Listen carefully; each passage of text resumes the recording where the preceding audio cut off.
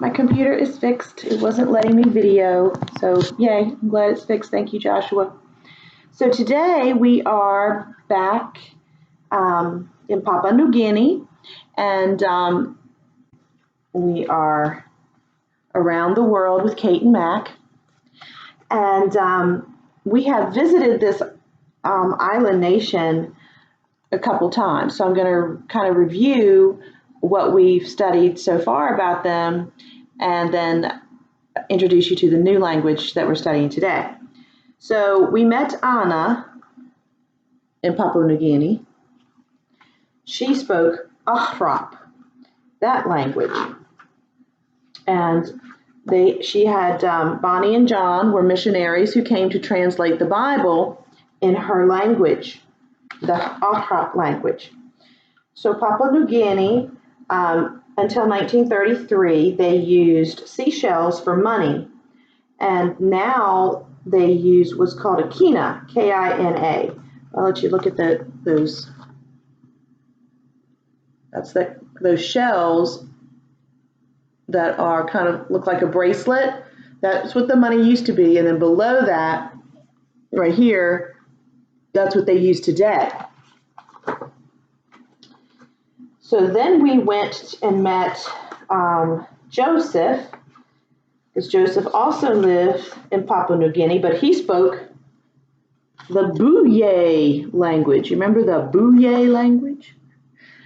And we talked about the smallest frog in the world, which is found in Papua New Guinea. And this one is on a dime. This frog is sitting on the dime. It's the size of a fly, and I cannot pronounce it. It's called the Pedophryn amayuensis. Very tiny frog, though. See? That is a dime that frog is sitting on. Tiny, tiny. And we talked about birds of paradise and all the different birds that are found in Papua New Guinea. So maybe you remember, some of you I remember drew some of those birds. So today we are going to meet Peter, who also lives in Papua New Guinea. And this is Peter, and he has painted his face. He says, "Hello kids, my name is Peter. Welcome back to Papua New Guinea. Kate says this is the third time you visited my country. You might wonder why you've been here so many times, but I might have an idea why. Did you know there are over 800 languages spoken in Papua New Guinea?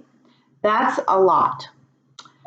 And did you know that over 300 languages still don't have even one verse of the Bible translated for them? Papua New Guinea has the second highest number of Bible translation needs in the world. So that means they have more languages that need to be translated so that they can have the Bible in their own language. So this is called Yopno. That's how you pronounce it, like Yopno. Of Papua New Guinea. There are 800 different languages in the country, and 500 have been translated, but 300 languages still do not have the Bible in their own language. Now, even though there are so many languages still waiting, the Bible is available in more languages in Papua New Guinea than in any other country in the world. It's cool to see how more and more people are getting the Bible every day. Now, Peter says, my language is called Yopno, and we have the book of Psalms and the New Testament in our language. I was a little boy when the New Testament was printed in Yopno in 2010. I couldn't read, and I was too young to understand what the pastor was saying in church. But now that I'm older, I can read the Bible for myself. My favorite story is when Jesus fed 5,000 people with only 5 loaves of bread and 2 little fish. That is just amazing.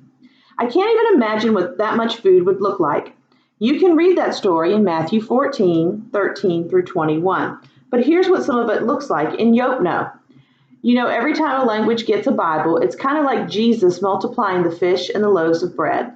One Bible can reach many people who speak that language and people who decide to believe in Jesus can multiply over and over again. That's one of the coolest miracles of all. Now, I want to show you what their language looks like. Not English, is it? Wow. And now I'm going to read some of it. Bear with me. Yeshu John Anyagaba. Kima Geek. Dekon Gen Bin Nandanjak. Iyi Jin Bat Kinda. Abidanjak. Mike Time Imaini Mainakan Kijit. Kin Akwan Maijat. Amin Kabi Madep. Yeshu Anjandan Kisak Yan Nandanyak. Kokupni Yopmani Yopman Anyek Pakpi Idap Ilenji Nanyo Ankiwit Anjawa Bat Unjan Panki Ilinkion Aqua. So, yeah, I don't understand any of that either. But it does sound interesting, doesn't it? Very, very cool. All right, so this is a bird that we haven't talked about, and it's called the cassowary. It's a really big bird found on Papua New Guinea, its surrounding islands. It's related to the emu and the ostrich, and just like them, it cannot fly. It's the third tallest and second heaviest bird in the world. So, you see it? The island of New Guinea was named after the African country with the same name, and Papua New Guinea is one of the least explored areas in the world, so people believe that there are many animals and plants that are still waiting to be discovered. So I wanted to show you a cassowary, kind of not, a colored picture, a real picture. So can you see that? So that is a cassowary, the real deal. Actually, there are a lot of warnings that you should be very wary of the cassowary because they will attack. So if you see one, you don't want to go too close. So that's just some food for thought. Don't know where you'll see one, but if you do, be wary of the cassowary. I'm going to show you once again where Papua New Guinea is on the map. It is really hard to travel around Papua New Guinea. Most people have to hike long distances, and if they want to get from one major place to another, they have to take an airplane or a boat. And then once again, you can see the flag is black and red, and it has stars on the black part, and I think that's a bird of paradise, not a cassowary, on the top part of the flag. So let's look here. You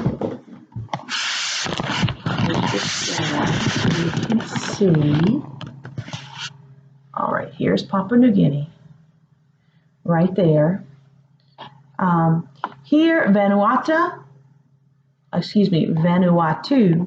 That was an island we studied earlier in the year, too, and they had a major hurricane that really tore up their island.